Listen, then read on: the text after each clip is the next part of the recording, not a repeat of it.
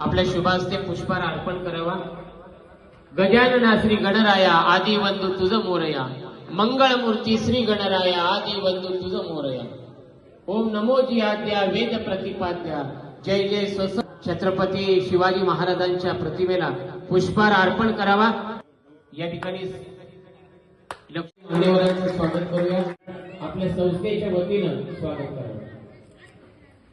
दैवत राजे शिवछत्रपती, घटनेचे शिल्पकार महामानव डॉक्टर बाबासाहेब आंबेडकर, आम्हा पत्रकारांचे आद्य दैवत बाळशास्त्री जांभेकर यांच्या चरणाशी वंदन करून प्रथमतः कार्यक्रम सुरू होण्यापूर्वी आज 80वा स्वातंत्र्य दिन आणि या 80व्या स्वातंत्र्य दिनानिमित्त मी उपस्थितांना या ठिकाणी हार्दिक शुभेच्छा देतो।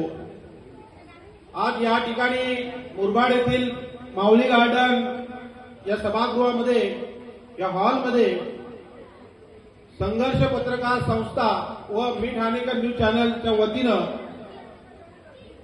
भारतीय सीमेवर लढणाऱ्या सैनिकांच्या आईवडिलांचा सत्कार सोहळा आणि मुरबाड तालुक्यातील गुणवंत लोकांचा सन्मान सोहळा या ठिकाणी आम्ही आयोजित केलेला आहे। या कार्यक्रमाला उपस्थित असणारे मान्यवर, या व्यासपीठावर सर्व माझे मित्रपरिवार मान्यवर आणि समोर उपस्थित असणारे सर्वांचं मी या ठिकाणी स्वागत करतो। संघर्ष पत्रकार संस्था आणि मी ठाणेकर न्यूज चॅनलचा आजचा हा कार्यक्रम हा खऱ्या अर्थानं मुरबाड येथील माझे तालुका अध्यक्ष नरेशजी माळसे यांनी आयोजित केला आहे आणि दरवर्षी ते आमच्या संस्थेच्या वतीनं हा कार्यक्रम आयोजित करतात। आजचा हा कार्यक्रम त्याच पद्धतीने या ठिकाणी त्यांनी आयोजित केलेला आहे। चांगला असा प्रतिसाद सुद्धा आहे। या ठिकाणी संघर्ष पत्रकार संस्था जी आहे ती ठाणे जिल्ह्यात काम करते। खास करून शहापूर, भिवंडी यामध्ये आम्ही चांगल्या पद्धतीने कार्यक्रम घेतो। मुरबाडमध्ये सुद्धा सातत्याने या ठिकाणी कार्यक्रम नरेशजी माळसे यांच्या माध्यमातून आम्ही या ठिकाणी घेतो।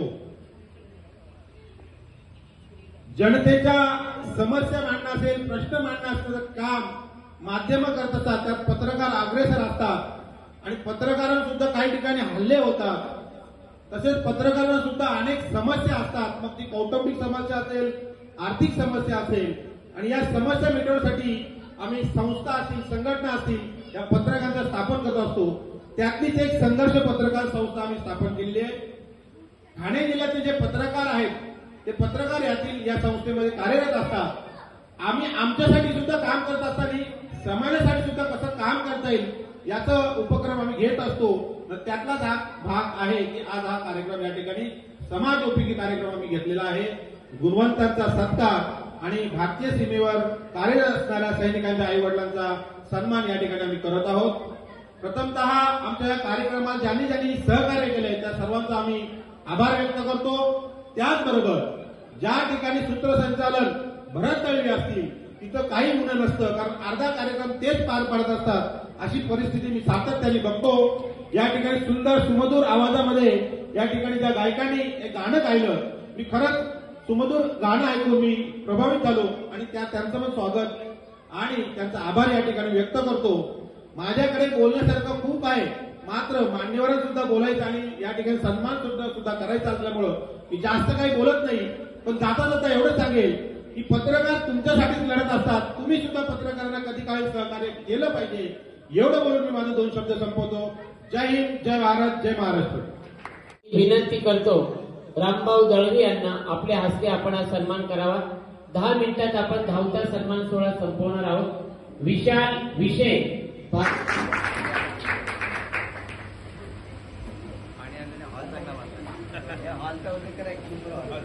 यानंतर पुढील सन्मान कबड्डीपट्टूंचा सन्मान हरिभक्ती परायण मधुकर महाराज मलिक गुरुजी यांनी आपल्या शुभास्ते करावा।